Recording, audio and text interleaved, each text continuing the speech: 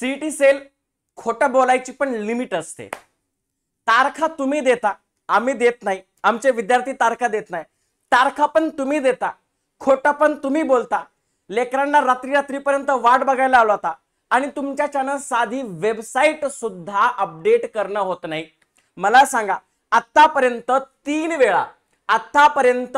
वेळा MST फार्मसीद्वारे जी counselling process आहे तिचे 3दा रजिस्ट्रेशन सुरू करण्यात आले होते. कशामुळे? का? कोण राहिलं होतं रजिस्ट्रेशन करायचं? 3 वेळा रजिस्ट्रेशन परत सुरू करण्यात आले. म्हणजे आधीच आम्ही 2 महिने लेट आहोत, त्याच्यामध्ये आपण परत डेट एक्सटेंड करून देतोय. आतापर्यंत कित्येकदा डेट एक्सटेंड झाला. याच्यानंतर ज्या वेळेला प्रोव्हिजनल मेरिट लिस्ट येणार होती त्या दिवशी परत प्रोव्हिजनल मेरिट लिस्ट आल्याच्या नंतर परत 8 दिवसांनी डेट वाढवल्या. ठीक आहे, काल 6 तारखेला प्रोव्हिजनल मेरिट लिस्ट दिली. त्याच्यानंतर परत काल 12 तारखेला फायनल मेरिट लिस्ट येणार होती. अजूनही 13 तारीख आहे, आज सकाळी 12 वाजलेले आहेत, तरी फायनल मेरिट लिस्ट आलेली नाहीये. बघा, आपण अपडेट करून बघतोय याला, अजूनही फायनल मेरिट लिस्ट आलेली नाहीये आणि तुमची वेबसाईट सुद्धा अपडेट झालेली नाहीये.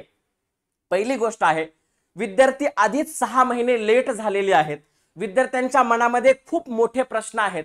एकतर मेडिकलला नंबर लागला नाही, नीट रिपीट करायचं नाहीये, MSTCT रिपीट करायची नाहीये, एकदम घरी बसून आहेत. त्या विद्यार्थ्यांच्या मानसिकतेचा एकदा विचार करा. सीईटी सेल अगदी बाकीचे विद्यार्थी इंजिनिअरिंग मध्ये ऍडमिशन घेत आहेत, बाकीचे विद्यार्थी ऍग्रिकल्चरला ऍडमिशन घेत आहेत, जे कुठंच काय करत नाही ते BSc ला ऍडमिशन घेत आहेत.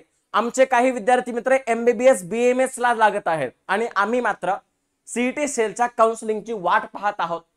नेमकं आपण करतोय काय? सीईटी सेल, कृपया करून आमच्या प्रश्नांना उत्तर द्या, कृपया करून आमचे फोन उचला, आमच्या मेल्सला रिप्लाय द्या आणि लवकरात लवकर याच्यावर काहीतरी तोडगा काढा.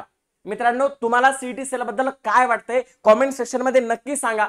अगदी आपण मराठी माणसं आहोत, आपण चांगली बोलणारी माणसं आहोत. आता तोंडातून अपशब्द तर येत नाहीत, पण सीईटी सेल हात जोडून विनंती आहे, आमच्या विद्यार्थ्यांचा अंत पाहू नका आणि परत एकदा ही काउन्सिलिंग प्रोसेस सुरळीतपणे चालू करा.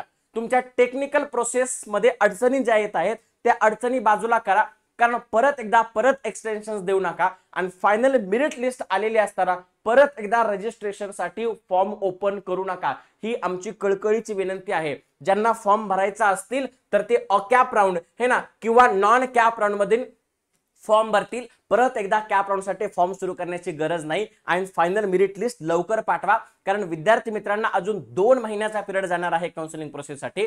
परत त्यांच्या मनामध्ये कित्येक प्रश्न आहेत. येस, तर प्लीज कृपया करून आता अजून उशीर होऊ देऊ नका. येस, हा व्हिडिओ मी विद्यार्थ्यांच्या मार्फत करतोय. तुम्हाला मी काय म्हणतो आपण ना, मी तुम्हाला मागणं करतोय, प्लीज हा व्हिडिओ जास्तीत जास्त शेअर करा. आणि विद्यार्थी मित्रांनो, तुम्हाला सीईटी बद्दल काय वाटतंय, याच्यामध्ये नेमकं काय फ्रॉड होतोय, काय ग्लिच होतोय, कुठं प्रॉब्लेम होतोय हे ना एकदा कमेंट सेक्शन मध्ये नक्की सांगा. आणि याच्याबद्दल नक्कीच तोडगा निघायला पाहिजे का नाही हे सुद्धा कमेंट मध्ये सांगा. तुमच्या मनामध्ये काय काय असेल, राग असेल, वैताग असेल, तो सुद्धा कमेंट मध्ये नक्की लिहा. फक्त शिव्या काही लिहू नका, कारण आपण मराठी माणसं आहोत, आपण चांगली माणसं आहोत आणि हा व्हिडिओ सीईटी सेल पर्यंत पोहोचू द्या. येस, धन्यवाद. एवढंच बोलतो आणि थांबतो. थँक्यू. लवकरात लवकर काउन्सिलिंग प्रोसेस सुरू करा.